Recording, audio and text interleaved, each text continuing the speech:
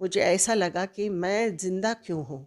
लोग मुझे तलाश रहे हैं, ये सारी चीज़ें मैं इतनी बुरी नहीं हूँ, इसीलिए बुरा वक़्त था तो मुझे पुलिस भी मुझे सर्च कर रही थी, पुलिस मेरे पीछे पड़ी थी। रामपुर की एमपी एमएलए कोर्ट में आचार संहिता के एक उल्लंघन के मामले में जया प्रदा पर मुकदमा दर्ज था, जिसमें जया प्रदा हाजिर कोर्ट में नहीं हो रही थी। तो वहीं रामपुर की एमपी एमएलए कोर्ट ने जया प्रदा के खिलाफ एनपीडब्ल्यू वारंट जारी कर दिए थे।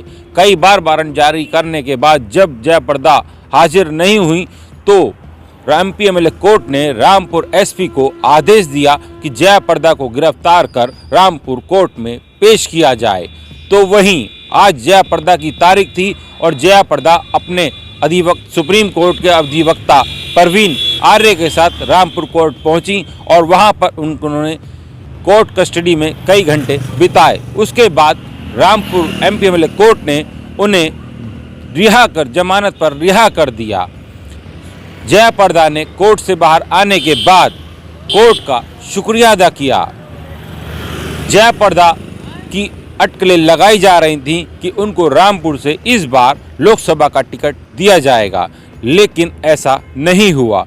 अब जया प्रदा को उम्मीद है कि उन्हें भारतीय जनता पार्टी मुरादाबाद से लोकसभा चुनाव में अपना प्रत्याशी बना सकती हैं। अब देखना होगा कि भारतीय जनता पार्टी क्या जया प्रदा को मुरादाबाद से लोकसभा चुनाव में टिकट देकर मुरादाबाद से लोकसभा प्रत्याशी बनाती है या नहीं। मैं सबसे पहले माननीय अदालत को धन्यवाद कहना चाहती हूँ और मेरे ऊपर एनबीडब्ल्यू और 82 लागू किए, क्योंकि मैं इसलिए उस डेट पे आ नहीं पाई थी। मेरे तबीयत ठीक नहीं थी और ख़ास तौर मेरे भाई को भी मेरे साथ साथ उनका जो किडनी का प्रॉब्लम हुआ, तो उसके वजह से मैं उनको बचाने के चक्कर में मैं अदालत पे उस डेट पे नहीं आ पाई।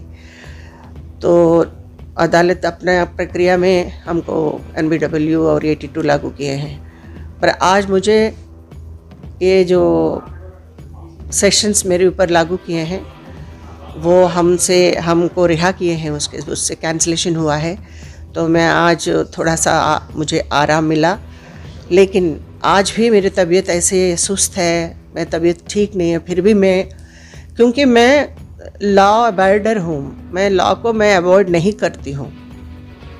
इस रामपुर धरती में मैं सांसद रही, समय बलवान है, इसीलिए बुरा वक्त था तो मुझे पुलिस भी मुझे सर्च कर रही थी, पुलिस मेरे पीछे पड़ी थी और लोग भी कह रहे थे कि मैं मिसिंग हूँ, तो लोग मुझे तलाश रहे हैं। ये सारी चीज़ें मैं इतनी बुरी नहीं हूँ, लेकिन मेरे मन में ये 2-3 महीने जो है मुझे ऐसा लगा कि मैं ज़िंदा क्यों हूँ, क्योंकि एक तरफ तबीयत भी ठीक नहीं है, एक तरफ भाई ठीक नहीं था और एक तरफ कोर्ट का।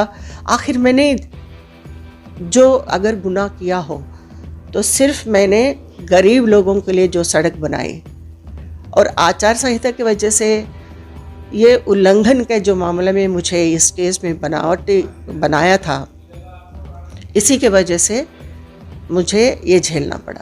कोर्ट को क्या कहेंगे? मैं कोर्ट को सम्मान करती हूँ। उन्होंने मुझे जो रिलीफ दिया है उसके लिए भी मैं धन्यवाद कहती हूँ। शहर की सरकार और जनता को दरकार दिखाएंगे आपको क्या कहता है वोटर। अब की बार किसकी सरकार।